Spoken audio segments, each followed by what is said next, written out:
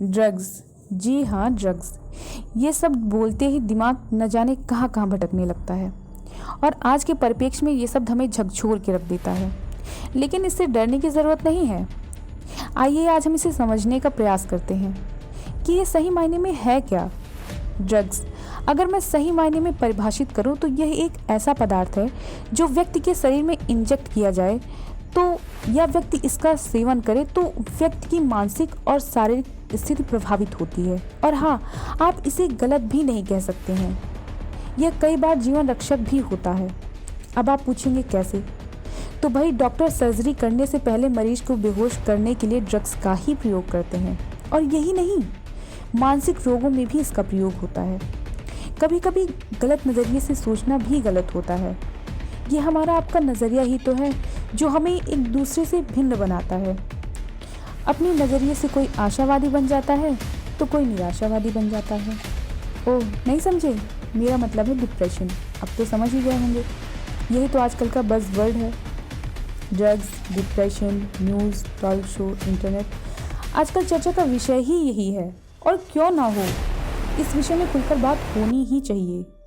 चाहे वो बड़े हों, बूढ़े हों, युवा हों, सभी को मिलकर आज की इस समस्या का हल निकालना ही चाहिए।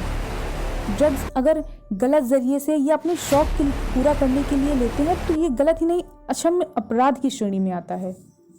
इससे न केवल अपने शरीर के दोषी बन जाते हैं बल्कि समाज के, राष्ट्र के और अपने संविधान के भी दोषी बनते हैं।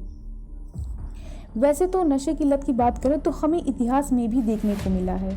मिसाल के तौर पर जब मुगल बादशाहों ने अफीम भारत में लाना शुरू किया था, बादशाह अकबर के कई बेटे नशे की लत की बलि चढ़ गए थे और ये नशा धीरे धीरे समाज की हर सतह पर अपना प्रभाव बनाने लगा।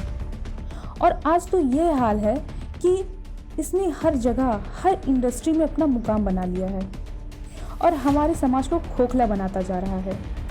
हमारे देश की युवा शक्ति जो धुंध में खो गई है, वो राष्ट्र का क्या निर्माण करेगी? आखिर हम किस दिशा में जा रहे हैं? क्या इस दुष्चक्र से निकल पाना संभव है? आपको बताना चाहूँगी कि जब इस तंत्र को अपने दिमाग के गलियारे में अनुत्तरित पाया और सवाल के बानों को आत्मसात किया, तब इस तृष्णा को बुझाने के लिए अपने संविधान की शरण में आई और जाना कि संविधान का नजरिया क्या कहता है। काफ़ी रिसर्च के बाद मैंने पाया कि भारत के संविधान में आर्टिकल 47 के तहत भी राज्य को ड्रग्स नियंत्रित रोकथाम के लिए शक्ति मिली है। ड्रग्स के नियंत्रण के लिए 3 श्रेणियों में ड्रग्स की चर्चा वर्तमान कानून में है। एक LSD, मैथ जैसे साइकोट्रॉपिक पदार्थों की श्रेणी में है। दूसरी चरस, गांजे, अफीम जैसी नारकोटिक्स ड्रग्स की और तीसरी श्रेणी मिश्रण वाले पदार्थों की है जिसे कंट्रोल सब्सटेंस कहते हैं। कोकीन से लेकर गांजे तक 225 से ज़्यादा ऐसे साइकोट्रॉपिक जैसे और ड्रग्स जैसी सूची है जो NDPS एक्ट के तहत प्रतिबंधित हैं। इसके लिए कम से कम 10 या 20 साल की कैद और कम से कम 1 लाख रुपए तक का जुर्माने का प्रावधान किया गया है। ड्रग्स से संबंधित मामलों की कार्यवाही narcotics control division, central bureau of narcotics NCB के साथ ही DRI, CBI, कस्टम कमीशन और BSF को भी ऐसे मामलों में कार्रवाई करने का अधिकार है। प्रतिवर्ष 26 जून को नशीली दवाओं के दुरुपयोग और अवैध व्यापार के खिलाफ अंतर्राष्ट्रीय दिवस अत्यधिक संस्कृति और आर्थिक नुकसान के बारे में जागरूक करने के लिए ही मनाया जाता है। कानून तो अपनी जगह काम करता ही है, लेकिन हमें एक अच्छे नागरिक होने का कर्तव्य निभाते हुए राष्ट्र हित को सर्वोपरि रखते हुए अवैध ड्रग्स के खिलाफ जंग लड़ना ही है। और इसमें हमारा सबसे बड़ा हथियार है हमारी ड्रग्स को लेकर जीरो टॉलरेंस की नीति।